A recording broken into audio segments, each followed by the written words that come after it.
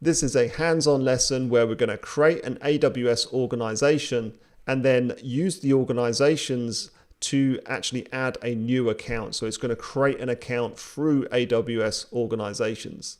So let's head over to the console, and you'll need to be logged in as your administrative user account.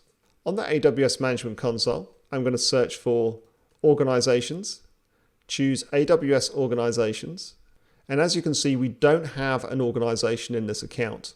So we can choose the option to create organization.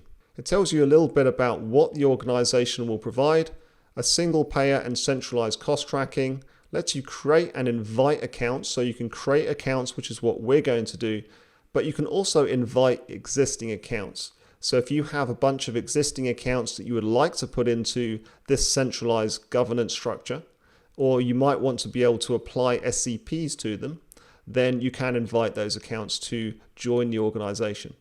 You can use policy-based controls and simplify organization-wide management.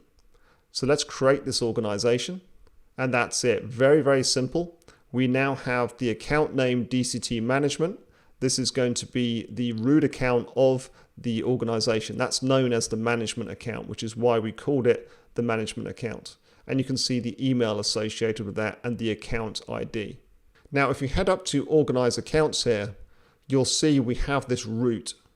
And underneath root, we will have our DCT management account. So what we will do later on is actually add organizational units. Under policies here, you'll see we have service control policies, tag policies, all services opt-out policies, and backup policies. We're going to go to service control policies, and we're going to enable them because we will be using these in a little while. Now you'll notice that there's a policy that's created by default. It's called full AWS access, and it allows access to every operation. And this will be applied to our existing account. You cannot restrict using an SCP the actions available in the root account, the management account. Let's go back to accounts now, and we're going to choose add account. And we're not going to invite, we're going to create. So we're going to create an account. I'm going to call this one DCT-production, and we need an email address. So remember, there's a couple of ways you can do this. If you have a second email address, that's fine.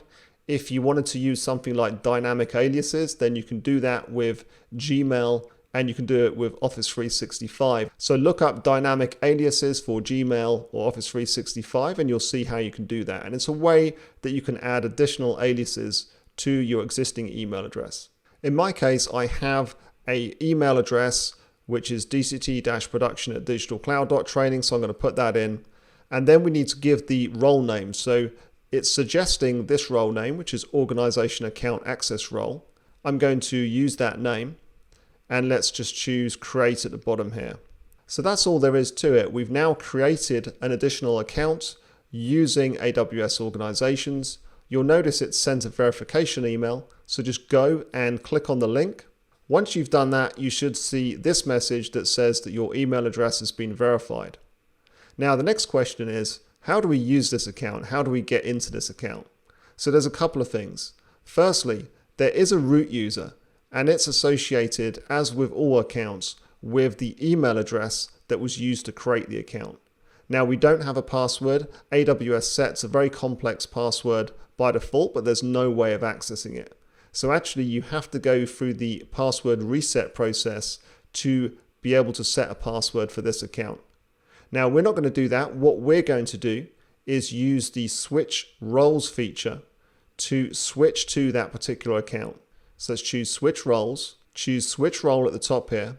We need to put in the account ID, so get the account ID of the new account that you're connecting to. And then we need the name of the role, and you can change the display name if you like. And then you can choose a color for this particular account. So when you switch roles, you'll see it shows in the console a particular color. I'm going to leave it on red for this particular account and choose switch role. So that's it. We are now logged in to a different account. And you can see we've got this red or slightly pink icon up here, which is telling us that we're logged in with the organization account access role at, and then the account number of this account.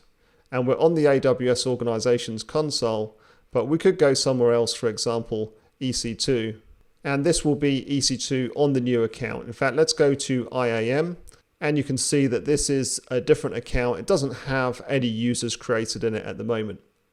So that's how we do it. We've switched roles, and we're now able to use this account through the organization account access role, and we have full permissions to do what we want in this account. That's it for this lesson, and in the next lesson we're going to look at how we can use AWS Organizations Service Control Policies, SCPs, to restrict the available API actions in this particular account.